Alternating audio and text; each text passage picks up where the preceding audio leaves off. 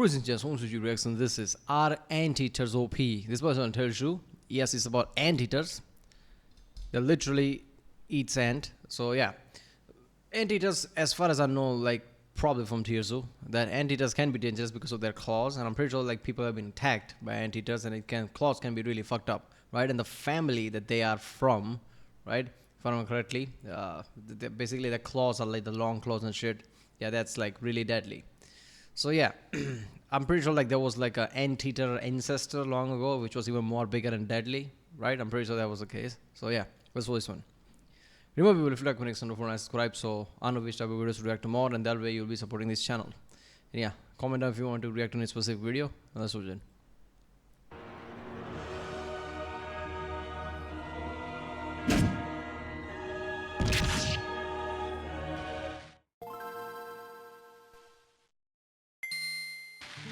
Ants are one of the most overpowered factions in the game. Their go-wide-use social strategy is essentially unbeatable, to the point where they control wide swaths of the overworld pretty much uncontested. Even the human build, the undisputed top tier in the current meta, has trouble keeping ants at bay. And with their huge variety of incredible abilities, what the fuck was that? Swaths of the overworld pretty much uncontested. Even the Wait a minute, did it try to blow up or something, the ant, colony or whatever? What the fuck was that? Human build, the undisputed top tier in the current meta, has trouble keeping ants at bay.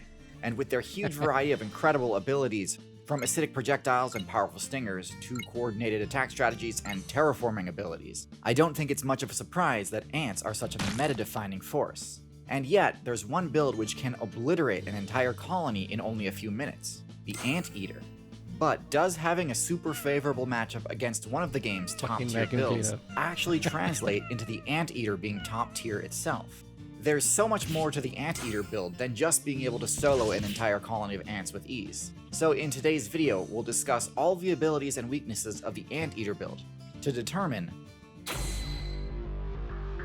Anteaters are only playable on the South America server in both. Okay, first of all, I just saw the nose, right? Nose at the same place where its mouth is, obviously. I don't know why it surprises me. I thought it would be somewhere up. But if the nose is here, when it's eating ants, how some ant doesn't go inside the nose or something? Isn't that an issue? I don't know. I guess they're all gonna go in, I don't know. Both jungle and savanna biomes. And this is not an easy server to try to carve a niche into. I know I drone on a lot about how OP African builds are, but the Amazon rainforest is home to some of the most fearsome predators in the game, including the snake build with the largest size, and the felid build with the most powerful bite, among many other incredibly dangerous predators. Meanwhile, the Anteater's closest living— That is true, right? He's talking about like African server a lot, and in my head there was like also like African servers like untouchable, obviously, but I never thought of Amazon. Yeah, Amazon forest. That's like some of the things are really fucked up there, right? I'm pretty sure like those Top Gear trio went there. I still remember that fucking special and all the things like Hammond basically just bitching about, oh, there's something in the car. It just makes me like cringe as soon as I watch it. Yeah, Amazon is really fucked up as well. Relative is the sloth, a build with so many devastating flaws that I currently rate it as the mammal furthest down on the tier list. So how is it that the Anteater is able to survive such a hostile metagame? Well, they may be closely related to the pathetic moss-covered slugs that Human Faith builds named one of the 7 deadly sins after, but they're also related to this, Megatherium, the gigantic ground sloth that was capable of one-shotting a saber-tooth. And in my opinion, Anteaters take after this type of sloth. To see what I mean, let's look at their stats. There is some variation among different Anteater builds, which we'll get into later in this video, but for now we're going to focus on the giant Anteater. Pulling up the analysis, 2 things jump out right away. The first is their shockingly high HP stat. While they don't have any major form of armor, the Anteater can still shake off a surprising amount of damage, even from attacks that might normally one-shot most players. This is crucial as it allows the Anteater a chance to survive ambushes by jaguars, which is pretty incredible given that jaguars frequently one-shot crocodilians. But this is also extremely important because it provides an opportunity for the Anteater's other surprisingly high stat to become relevant, that stat being their attack power. This attack power stat might look like a mistake, especially given that Anteaters don't even have teeth and are completely locked out of using the move Bite. However, once you get past the head and look down, you realize that at the end of their massive gorilla arms, Anteaters have pickaxe-shaped claws as big as those of a grizzly bear. Except the Anteater's claws are even sharper because they walk on their knuckles to avoid wearing them down. Seriously, look at that. These It's like walking like this. It's like, oh, this is a weapon, I'm tucking it away. When I need it, you're fucked. incredible weapons are what allow the Anteater to tear through the cement-like walls of termite mounds with ease. But they come with the nice side benefit of being able to absolutely eviscerate any player who fails to kill them in one hit. Their slashes can easily deal lethal damage, so any predator looking to ambush an Anteater needs to make sure they have what it takes to finish the job before the Anteater can counterattack. And Imagine Jaguar attacking it right as somehow missed. And then look at it, boy, you fucked up. Oh, now you fucked up. Now it's an official fight and you're screwed. this threat alone is often enough to dissuade attacks in the first place. While the Anteater's matchup with the Jaguar is of course important, it wouldn't be fair to the Anteater player base if I didn't comment on their matchup versus eusocial insect colonies. The Anteater's 2-foot-long tongue is covered in a glue-like substance and can flick in and out over 150 times per minute, which can take out dozens of insects per flick and decimate a colony in no time. However, similar to their sloth brethren, Anteaters opted for a slower metabolism. This comes with downsides, which we'll cover later, but it does mean that they don't need to consume an entire colony of ants, and can actually leave the colony in a damaged but recoverable state. This is a highly sustainable method of farming XP because it ensures that the Anteater player can simply return to the same termite mound or anthill later on, tear into it again, and the colony will have replenished its supply of workers enough that they can just do the same thing again. It also means the Anteater doesn't need to be at any one colony for very long, which is good because despite how powerful their offensive tools are at destroying a colony of insects, Anteaters don't actually have any unique defensive abilities to avoid the damage from a swarm of militant insects they've just provoked, and have to rely solely on their HP to soak up the damage. Of course, as mentioned prior, because of their high HP stat, Anteaters are well equipped to tank a lot of hits. But the acid attacks launched by termites and ants certainly aren't something they can just ignore for extended durations. The rest of the Anteater stats are fairly lackluster. Anteaters aren't as sluggish as sloths, but because of their slow metabolism, they do have a below average movement speed.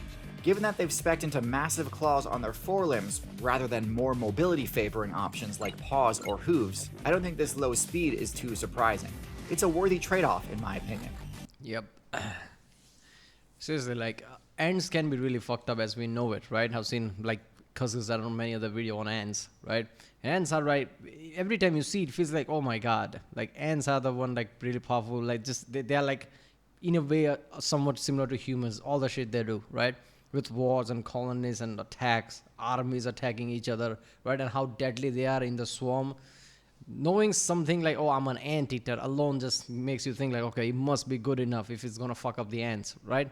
I mean, ants can be like, it's like all the acid attack and things that they do basically, or spray attack. It can basically take that. Also has a high HP, so its whole strategy is like, you try to kill me, I have enough HP, I'll sustain it for long enough time, and then I'll heal myself. And I'm guessing because of its low metabolism, it's like healing ability must be slower as well, right? So I'm guessing it has to like for a longer time it has to try to heal itself or something. But yeah, whole thing about Anteater is just like insane, right? Is there any account where ants was just smart enough, or like Anteater fucked up or something, the colony basically swarmed it and Anteater got screwed? Because that would be really insane, because doesn't matter how powerful ants are, right? Anteater is like big, they can fuck up most, like like it said, like even cats. If the cats can kill it in one shot, Anteater is going to be a problem. The swarm of ants attacking feels like more like a Hollywood than real, but if some instance like that exists, that would be insane. That would make me think like ants are way too powerful. Their stealth stat is also middle of the road. They don't stick out as bad as some builds, but aren't the best camouflaged either. The Anteater can hide under its bushy tail, disguising itself as a bush while also shielding itself from the cold. But as far as plant-style disguises go, there are certainly more impressive displays out there. The Anteater's intelligence isn't great either. I don't know how it's been like, 12 years since Skyrim came out, right? Officially 12 now. In few days it will be 12, right? And people like Tears are still talking about Skyrim. That's great. And it will take more like still like 5+ years if new Elder Scrolls gonna come out. It will take that long. They'd form quite a formidable force in groups, yet rarely engage in team strategies, if ever. Their last main weakness is their poor eyesight. It's a good thing they don't go down in one hit, because the tiny eyes on the sides of their heads do not give them the best odds at detecting an ambush before the attacker is within striking range. Sensors too Next, small, man. It let's needs delve more light. into some of the individual variants of the Anteater. The Giant Anteater is by far the most powerful, at the cost of its mobility. The Giant Anteater is the only variant that lacks the ability to climb trees. Despite their claws being phenomenal for hooking into trees, giant anteaters simply are too cumbersome to venture into the canopy. There are two other variants of the anteater build, and both variants are much better at climbing. First is the Tamandua. This mid-sized anteater sports a slightly lower base power and hit point stat than the giant anteater, but in exchange it has unlocked It's trying to make it look big, and I think it would work in the wilds. But with the dog, I'm pretty sure dogs basically living together with humans, right? They were like, oh, this bullshit doesn't work on me. I'm pretty sure like we humans must be rubbing off on something like dogs and cats, domesticated animals, right? That they would see past this shit. Like this doesn't mean nothing. You can spread your arm however you want. They will not do anything for me. Look at that dog, like really, dude, really? Unlocked a powerful new ability, a prehensile tail. This perk allows the user to use its tail essentially as a fifth appendage, granting it additional resistance to being knocked down while browsing high up in the treetops. Because of its lower HP stat, this build can't tank acid damage as well as a giant anteater, and so it needs to avoid high tier ant builds like the leafcutter ant. The final variant is the In Warhammer, there's a lot about using tail as like something to hang, like about monkeys, and somebody talked about how some guy in Warhammer recreated monkey and basically gave it a scorpion tail.